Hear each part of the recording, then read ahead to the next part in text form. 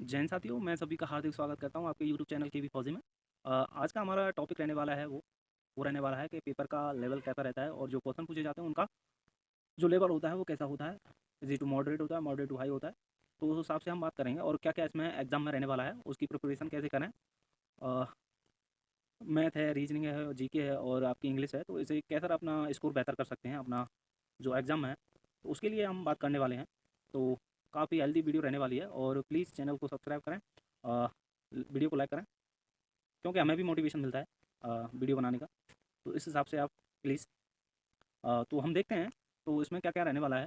तो मैं बात करूँगा इसमें आपका मैथ रहने वाला है और आपका इंग्लिश रहने वाला है और जीके रहने वाली है और रीजनिंग रहने वाली है। आपकी टोटल 4 सब्जेक्ट हैं और ये सारी यानी कि चारों सब्जेक्ट और ये रहने वाली हैं किस किस में। वैसे तो सभी पोस्ट के लिए हैं ये 4 सब्जेक्ट और किसी में इसके क्वेश्चन ज़्यादा हैं, किसी के कम हैं। तो इस हिसाब से बात करूँ ये कौन सी पोस्ट के लिए यही सिलेबस रहने वाला है। ये टोटल सिलेबस है जो किस पोस्ट के लिए रहने वाला है। ये एक तो फायरमैन के लिए रहने वाला है, एफएम के लिए, और टीएमएम के लिए रहने वाला है, और आपका ये रहने वाला है ओजी, और आपका टेली ऑपरेटर के लिए यही रहने वाला है। यही एग्ज़ाम आपका मतलब मोस्टली एमटीएस में भी यही आएगा, ठीक है। एमटीएस के लिए भी यही सिलेबस रहने वाला है, ठीक है। तो चलो तो बात करते हैं हम एक एक करके। तो जो मैथ का जो क्वेश्चन है उसकी संख्या रहेगी 25 और 25 ही मार्क का रहेगा, ठीक है। और जो इंग्लिश है, इंग्लिश भी आपकी 25 क्वेश्चन आएंगे और 25 ही नंबर के, यानी कि एक क्वेश्चन 1 मार्क का होगा, ठीक है। और जो जीके है, जीके आपकी 50 क्वेश्चन आएंगे और 50 नंबर। और आपका इंग्लिश का जो रहने वाला है तो ये काफ़ी इजी रहने वाला है, क्योंकि इतना हार्ड नहीं पूछा जाता है इसमें। इंग्लिश में जो भी पूछा जाता है वो नॉर्मली पूछा जाता है। दिस इज़ यानी कि यहाँ से इसको काट देगा और इसमें ब्लैंक्स भर देगा, इज़ आर एम जो भी, उसके बाद दिस इज़ माई कार। तो उस हिसाब से आप उसमें फिल कर सकते हैं। तो इतना इजी रहता है इंग्लिश का। और जो इसके वोकैब है वो थोड़ा टफ आता है। वोकैब में आप कह नहीं सकते हैं कहाँ से क्या पूछ ले, तो वोकैब की आप नहीं कह सकते हैं। और जो वन वर्ड सब्स्टिट्यूशन और इंटोनियम सिनोनियम्स हैं वो काफ़ी मतलब अलग ही आए थे जो भी आया था। तो उस हिसाब से इंग्लिश का मतलब इजी टू मॉडरेट रहने वाली है, ठीक है। और जो आपका रीजनिंग है, ये रीजनिंग के और यही आपका मतलब सिलेक्शन मार्क है, यानी कि आप यहाँ से अगर आपने ये 2 सब्जेक्ट कर दिए, जीके और रीजनिंग, तो ये समझो आपका सिलेक्शन 100% श्योर हो चुका है, ठीक है। इन दोनों सब्जेक्टों में मिला के क्या आता है, इन सब्जेक्ट यानी कि जीके में बोलूँगा तो 1 लाइनर क्वेश्चन आएंगे आपके। 1 लाइनर क्वेश्चन क्या आएंगे, 1 लाइनर क्वेश्चन होंगे। और जो भी मतलब फैक्ट हैं उस हिसाब से आपका ये क्वेश्चन 25 क्वेश्चन पूछेगा। और आपका जो करंट अफेयर है उससे आपके 7-8 क्वेश्चन रहने वाले हैं, ठीक है। जो करंट अफेयर कम से कम जैसे आपको लास्ट 7 मंथ की आपको आनी चाहिए, 7-8 मंथ की, और उसी में से आपका हो जाएगा। और आपके जो जो आपकी है जो स्टैटिक जीके बोलते हैं, स्टैटिक जीके में रहने वाला है आपका कम से कम आपके स्टैटिक जीके ही पूछी जाते हैं। मान लो कोई हिस्ट्री से तो ऐसा खास है नहीं, हिस्ट्री तो आपको पढ़ना नहीं है और थोड़ा बहुत पढ़ लेना है, मतलब बाद में ये ना हो मान के सर इसमें से आ गया, पर रियली केस में हिस्ट्री से नहीं आएगा, ठीक है। तो आपको ज़्यादा ध्यान देना है स्टैटिक और जो वन लाइनर क्वेश्चन जो फैक्ट वाले होते हैं उन पर ध्यान देना है। और आपकी करंट अफेयर और रीजनिंग की बात करूँगा मैं, रीजनिंग में खास करके कुछ है नहीं। रीजनिंग में जो आपके 4 से 5 क्वेश्चन ऐसे मतलब टफ देगा वो आपको घुमाने के लिए, तो ये आपको छोड़ देना है और बाद में जो टाइम मिले उसमें आपको ये सॉल्व करके इनमें से कोई हो जाए तो आपको कर लेना है, ठीक है।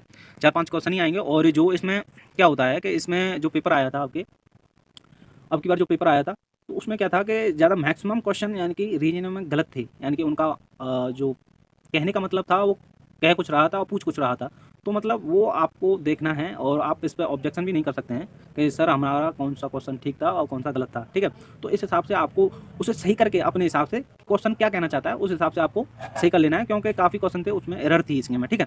इस वजह से कह रहा हूँ कम से 4 से 5 क्वेश्चन थे जिनमें आपकी एरर थी। वो आपको खुद ही अपना जैसे आपका एक्सपीरियंस हो जाता है कि ये पूछना क्या चाह रहा है, तो उस हिसाब से अपना जवाब देना, क्योंकि बाद में आप उसे छोड़ोगे तो आप कईयों से पीछे हो सकते हैं। तो क्योंकि जो एग्जामिनर है उसने तो क्वेश्चन बना दिया है, उसी हिसाब से उसने अपने आंसर की सेट भी कर दिया है, क्योंकि ज़्यादा शिफ्ट में पेपर नहीं होता है इसका, एक ही शिफ्ट में मतलब कंप्लीट करा देंगे। उस हिसाब से आपका क्या होगा कि उसमें फिर दिक्कत आ जाएगी आपको बाद में कि सर हमने ये क्वेश्चन नहीं किया था, उसमें एरर था। एरर आपको सही करके वो क्वेश्चन कर लेना है, क्योंकि आप 2-4 क्वेश्चन का आपको इजाफा होने वाला है, ठीक है। 2 से 4 क्वेश्चन आपके इजाफा हो जाएगा, उस हिसाब से मैं कह रहा हूँ, ठीक है। वो जो रीजनिंग का लेवल होता है वो मतलब आपका ये बोल सकते हैं बेसिक होता है आपका, ज़्यादा डीप नहीं होता है। और 2-4 क्वेश्चन आपके छोड़ के वो आपके दिक्कत हो सकती है, ठीक है। तो मतलब आपका 150 क्वेश्चन रहने वाला है। 150 क्वेश्चन में 150 क्वेश्चन और 150 ही यानी कि आपके मार्क रहने वाले हैं 150। और आपकी जो खासकर होती है वो 1/4 इतना मतलब इफेक्ट नहीं करती है आपके स्कोर पे। आपको ज़्यादा से ज़्यादा चांस लेना पड़ेगा उसमें, क्योंकि आप इतना यानी कि आप सोच रहे हो मैं 120 करके और 120 और 130 कर दूंगा, उससे आपका सिलेक्शन नहीं होने वाला है। आपको कम से कम मिनिमम आपको 140 के अराउंड आपको ये अटैम्प्ट करना पड़ेगा, तभी आपका सिलेक्शन हो पाएगा, ठीक है। और आपको मतलब ये समझो कि अगर आपने फिजिकल करके एग्जाम में बैठे हैं, फिजिकल करके आप एग्जाम में बैठे हैं,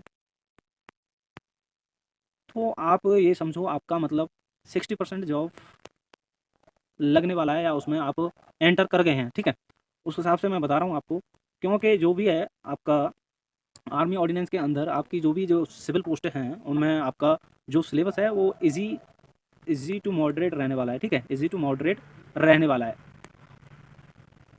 और जो भी है आपकी जो क्वारीज हैं वो मुझे बताइए, और क्या आप मतलब सोच रहे हैं और क्या आप फिजिकल के साथ एग्ज़ाम की तैयारी करना चाहते हैं, तो हमसे जुड़े रहिए।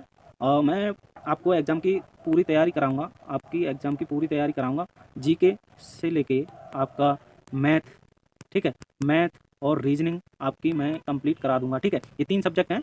मैं आपकी श्योरली आपका मतलब कॉन्फिडेंट आप यहाँ से होके जाओगे और वहाँ भी आप एग्ज़ाम में बैठोगे तो आपको लगेगा हाँ सर ने जो पढ़ाया है वो वहीं से फंसा है। तो आप देख लेना कि जो भी है कहीं से आपको कंटेंट मिल रहा है या कैसा भी मिल रहा है, तो मुझे थोड़ा नॉलेज है, क्योंकि मैंने अभी जो एग्ज़ाम है क्वालिफाई किया है और मेरे 140 प्लस मैंने अटैम्प्ट किए थे, 140 प्लस अटैम्प्ट किए थे मैंने, और इसमें से 118 मेरे नंबर थे। इसमें कितने थे? 118 नंबर थे मेरे इसमें, और 118 यानी कि उसमें से कुछ रॉन्ग भी हुए।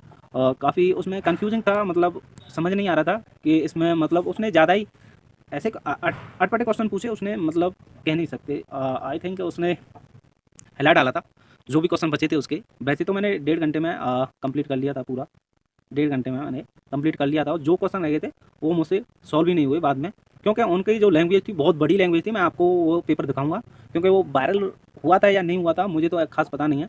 और जैसे हम एग्जाम सेंटर से बाहर निकले थे तो वो वायरल हो रहा था, तो मैंने वो बाहर आके देखा तो यार मैंने कि अपना सिलेक्शन तो होने वाला नहीं है। तो बाद में मैंने घर वालों से भी बताया कि मेरा सिलेक्शन नहीं होगा, बिकॉज जो धांधली है वो इतने बड़े स्तर पर हो चुकी है।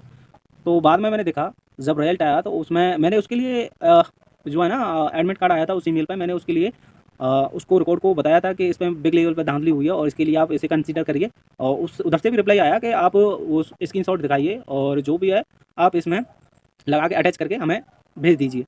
तो मैंने उसमें भेजा, तो उसके बाद उनका रिप्लाई आया कि आपने जो पेपर होने के बाद का भेजा है आप एग्जैक्ट टाइम का भेज सकते हैं। तो उसके एग्जैक्ट टाइम का है था नहीं हमारे पास, तो क्या करें, तो हमें वैसे ही करना सबर करना पड़ा कि हो जाए या ना हो जाए। तो उसके भरोसे रहे। बाद में मैंने सर्च किया अपना इंडेक्स नंबर, तो उसमें सबसे पहले मेरा ही नाम था आगरा सीओडी के अंदर। तो जैन